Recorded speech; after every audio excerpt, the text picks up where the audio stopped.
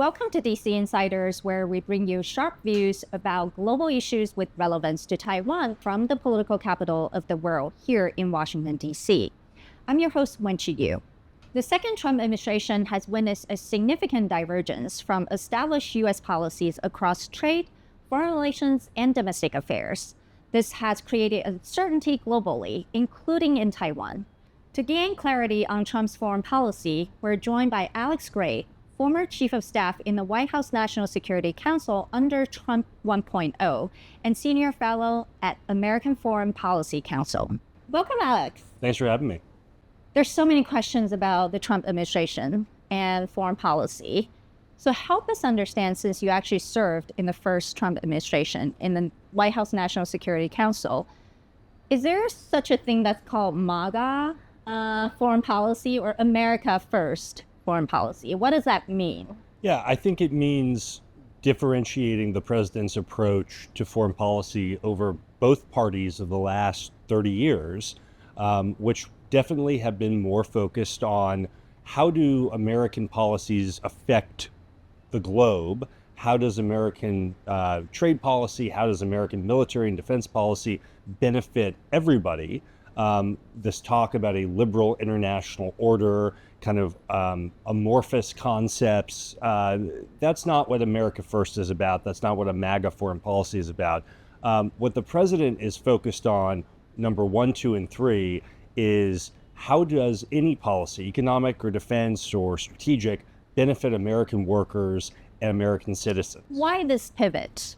You know, in the 90s, at the end of the Cold War, we were a relatively, compared to the rest of the world, we were wealthier, more powerful. We were in an unchallenged position. And over the last 30 years, our relative position in the international system has declined. The gap between us and our rivals in a lot of ways, military and economic, has closed. And so we have to make much tougher decisions about scarcer resources. And I think that's what President Trump is trying to do, is prioritize on the basis of American core national interests. What are our top foreign policy priorities? That's America First to me. And the overall trajectory of where we're headed, I think, is that the president is moving us. Trade policy is one example, but our overall focus on pivoting from Europe and the Middle East to China, to Asia, which we finally, after 15 years, the president has made very clear where we're headed. And I'm excited when we see the national security strategy come out in a couple months. I think you're going to see a very clear direction about where we're headed. So it is quite confusing to a lot of people what Trump really thinks about China, right? He keeps saying Xi Jinping is a very good friend of his. You know, he wants China to be doing well, and but if you look at his memos or executive orders, a lot of the actions seem to indicate that he's really targeting China, not just as a competitor, but as an adversary or even enemy, to use that frame. So, what does he really want from China? Well, look, I think if you look at the national security strategy, national defense strategy last time, we were very clear for the first time in American history that China was our principal foreign adversary. And that was spelled out in unambiguous terms. And everything that President Trump did in the 3 years after that strategy, since he came back, I think has been consistent with that statement. And not to contradict myself on personnel, but you look at someone like Bridge Colby at the Pentagon, who's now the number 3 civilian at the Pentagon, who wrote the National Defense Strategy 8 years ago. And Bridge is leading, I think, a really compelling, he wrote a book as a private citizen about the direction that we're headed in China as the organizing principle of our security threat. I think there are a number of people at senior levels like Bridge who are implementing the president's vision, as stated in the NSS last time, that we have to finally operationalize what Hillary Clinton said in 2010, that we have to pivot to Asia, right? I mean, I think that, the president, if you look at all of the things he did, the memos, the executive actions, both the first term and the second term, that's the direction we're headed. And now this final 4 years is going to be an opportunity to move all elements of our national power to implement that direction. It seems that there's a big part of the Republican Party and Trump supporters who actually don't think the U.S. should be as involved in international affairs or being as hawkish, right? So I've seen reports saying the reason why Mike Waltz or Alex Wong were ousted because they're hawks, right? So the traditional hawks don't seem to occupy this favorable place now here in this administration. So how do we differentiate that? Like, how is that different from, what you just said in terms of viewing China as the primary target? So I disagree with this premise that MAGA is kind of isolationist, right? And MAGA wants a less aggressive role on the world stage. I think MAGA wants a smarter American role on the world stage. So what I think most people, I've run for office as a Republican in the Trump era, and I can tell you what most Republican voters want is they don't want another Iraq. They don't want another Afghanistan, right? They don't want a multi-year commitment where our goal is not a core American interest. Our goal is some ideological remaking a country in our image or spreading democracy. That is what Republican voters, and I think many, if not most Americans, strenuously want to avoid. What I think Republican voters and MAGA voters want today is the Ronald Reagan peace through strength vision. I would even call it kind of the Jacksonian vision based on Andrew Jackson, 19th century American president, who Trump admires, and he used to have his picture in the Oval Office. Jackson was all about pursuing American interests aggressively, but not doing it for ideological reasons. And if you're going to use military force, you do it quickly, you do it decisively, and you come home. And I think that is how most MAGA voters see things. Not that they're adverse to pushing our interests, but they want it done smartly, and they want it done in overwhelming, if you're going to be aggressive overwhelmingly, and don't go in kind of a half-hearted effort win. I think too many Americans are tired of, if we get into wars, we don't win them. We want to deter, we want to prevent war by overwhelming strength, and if worst comes to worst, it gets to a kinetic conflict, we want to be decisively victorious. I think that's how MAGA voters think about these things. Well, thank you. That's actually quite helpful. So along that vein of thinking, Taiwan, right? How do people think about Taiwan, or how should Americans think about Taiwan? Well, I think Americans should look at Taiwan as a core American interest. Taiwan being a free and autonomous entity should be seen as a core American interest.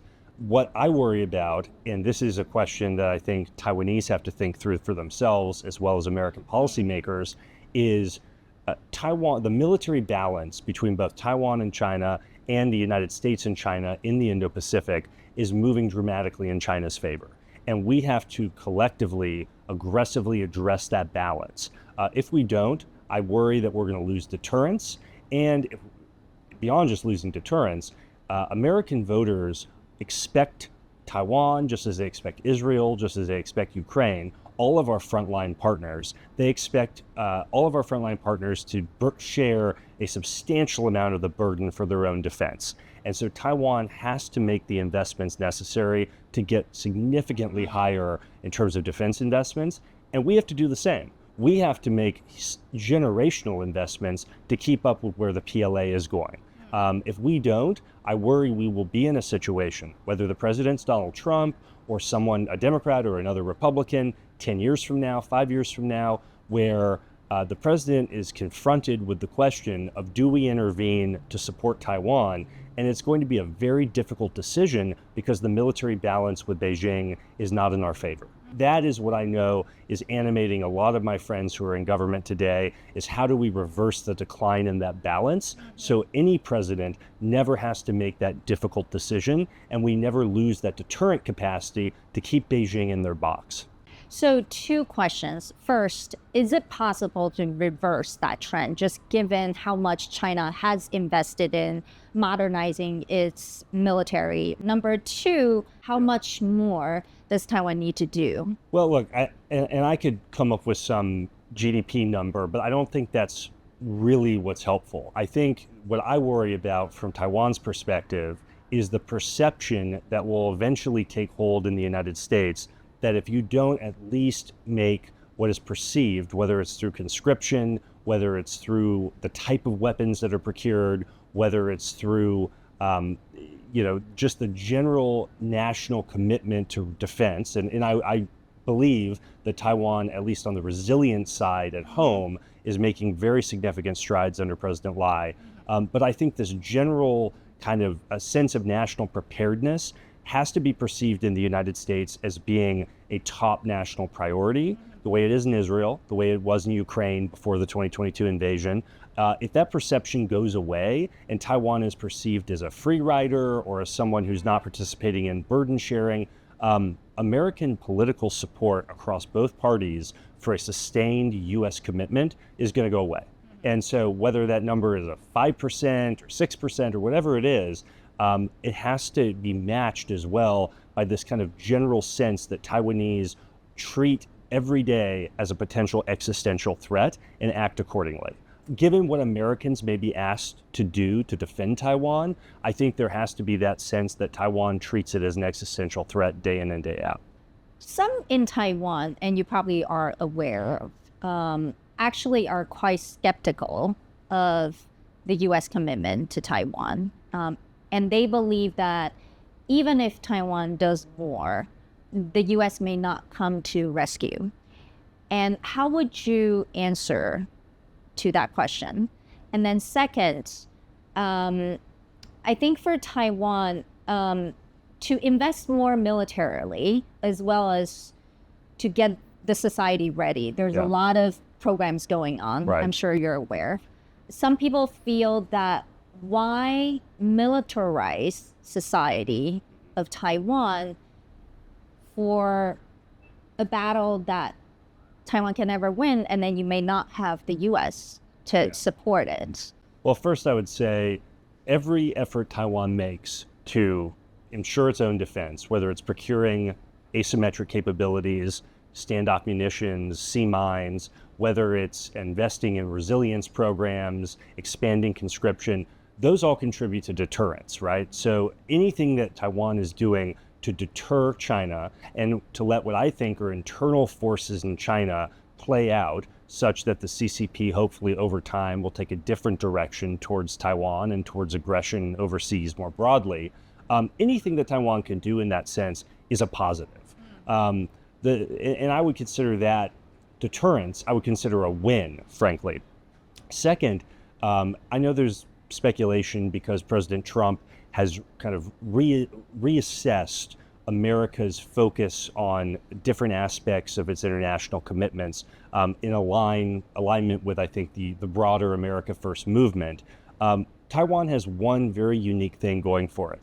It is a core national interest as defined by every American president going back to the Second World War. And if you look at President Trump's first term, he treated it as a core national interest. Every policy that came out of his administration.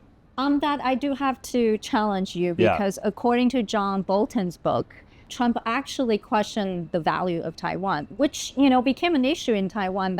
Therefore, there's the question, why can Taiwan actually trust President Trump? Well, Ambassador Bolton liked in his book to take conversations that were in the Oval Office, freewheeling conversations that the president, he may or may not have had with the president, and put it in print to sell books.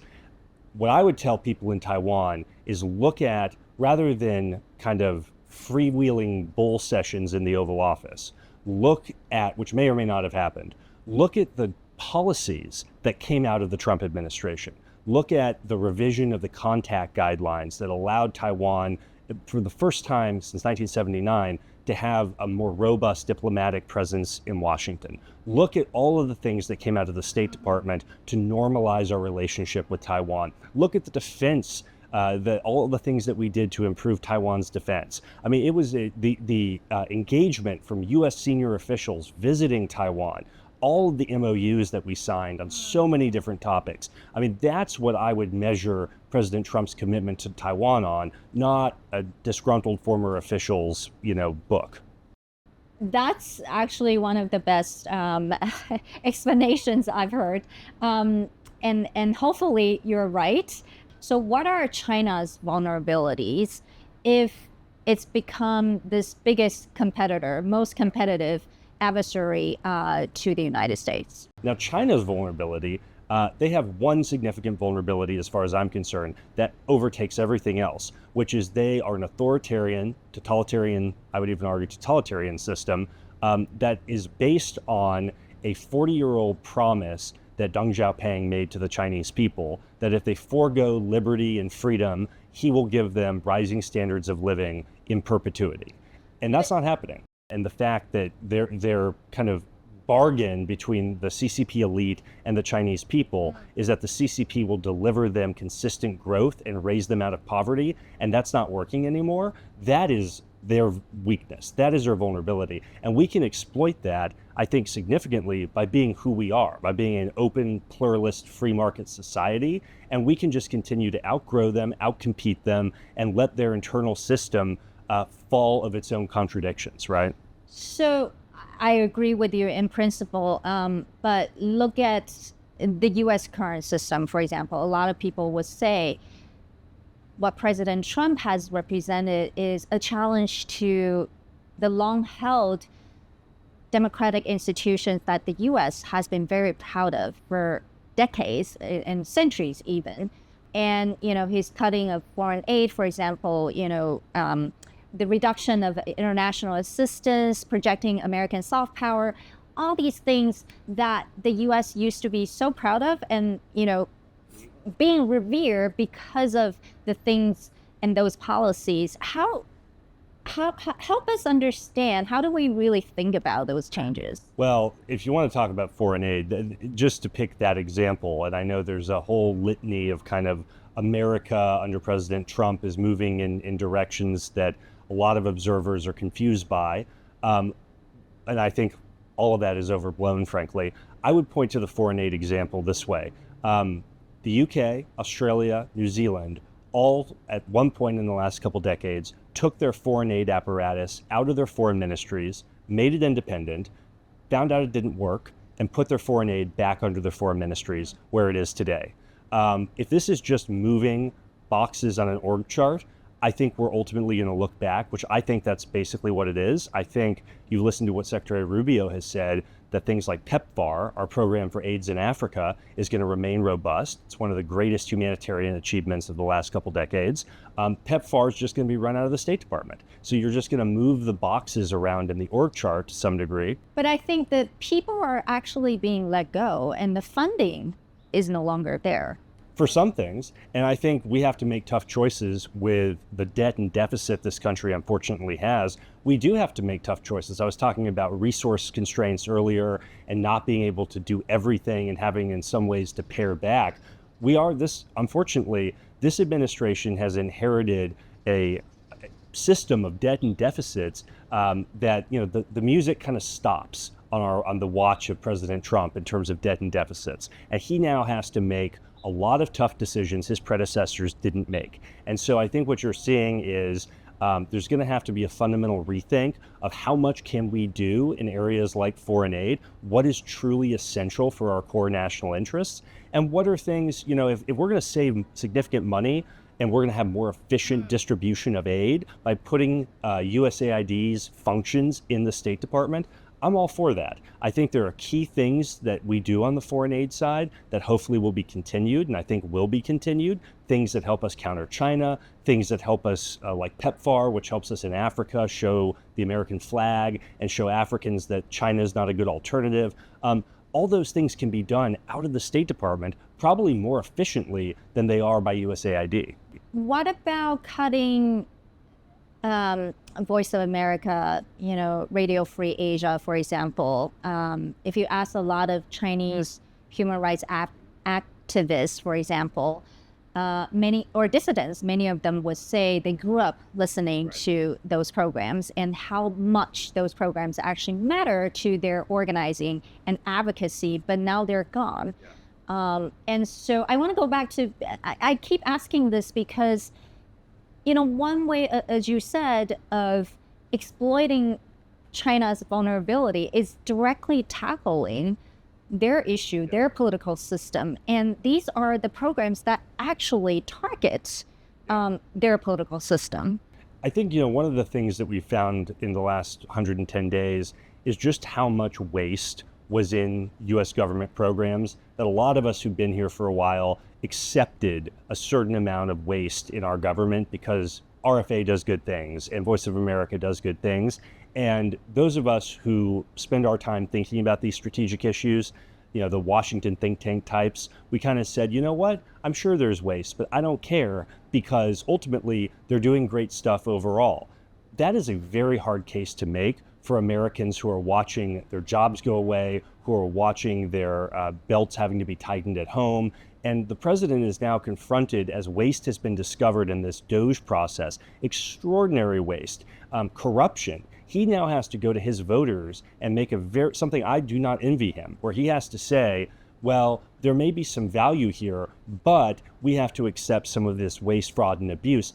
That the American people aren't buying it. So I hope the functions that you're talking about continue, but we have to have a new mechanism to deliver those functions that doesn't have the stigma of some of the failed programs of the last couple decades. So according to you, the problem is not about those programs, but how the resources is being used.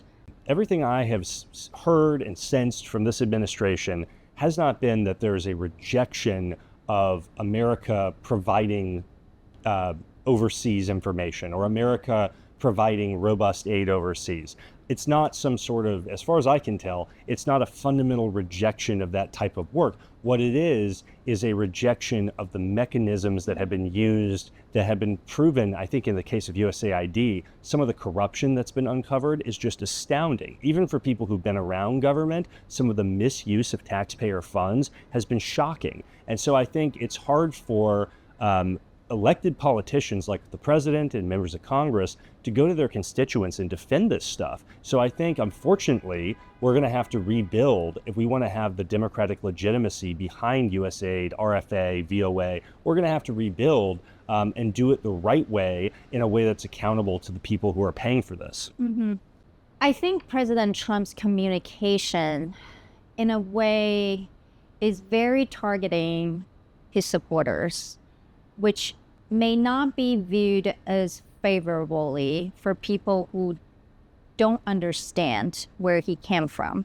But according to you, a lot of the principles are still the same. It's the way to go about it. Obviously, the president is not a liberal internationalist in the way of past presidents since the end of the Cold War, nor should he be. And I'm glad he's not. And what's one of the reasons I support him is because we need a break from kind of the globalist tradition post-Cold War. But the president also is a pragmatist. And I think you look at his first term, and he was consistently pragmatic about what are the ways to go about achieving his ends. And I think what we have to ask, what are those ends, right? And I think it's put very simply, it's find our core interests, figure out the most effective and efficient way to defend and promote those core interests, and then how to make average Americans who have to pay for all that, make them comfortable with the mechanisms for projecting and protecting our core interests. I think that's kind of the fundamental difference of Donald Trump and his last 10 predecessors. Last question. Have you been hanging out with establishment friends, those more traditional conservative Republicans? And has that been challenging in terms of trying to explain what President Trump was trying to do? Well, the reality is President Trump has reshaped the Republican Party so that the Republican Party is now Donald Trump's party. And his successor, whoever that is, in terms of being the Republican nominee in 2028, is going to be someone who shares Donald Trump's worldview. And the people who staff that president are going to be people who share the Trump worldview. So I guess my experience has been most of the people who hold on to the 1997 view of Republican politics, they're Democrats now. Yeah. And the Republican Party is the America First Party. Would you say that's a reflection of the changes in America? not only is it a reflection of the changes in America, it's a reflection of the failures of his Republican and Democratic predecessors. The failures of Iraq, the failures of globalism, the failures of unfettered free trade, the failures of the 2008 financial crisis, Afghanistan, all of that contributed to Donald Trump, who frankly has been consistent on all these issues for decades. He finally was validated in positions that had been laughed at in the 1980s and 1990s. And the American people came around to his point of view. He moved Americans. Americans didn't come to him. I think he actively, through his first campaign, changed how most Americans thought about these issues. And that was basically the MAGA movement. Yeah. Yeah. Well, thank you so much, Alex. This has been a really helpful conversation. Thank you.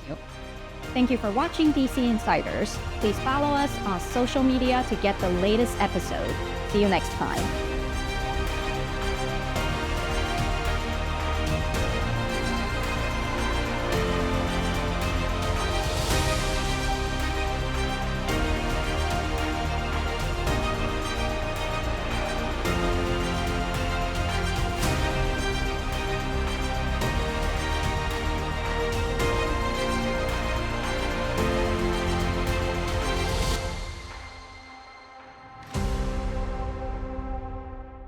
We bring you stories from Taiwan.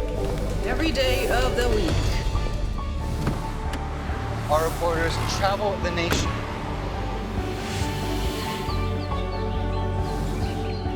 Exploring the issues that matter to you. News from here in Taiwan and around the world.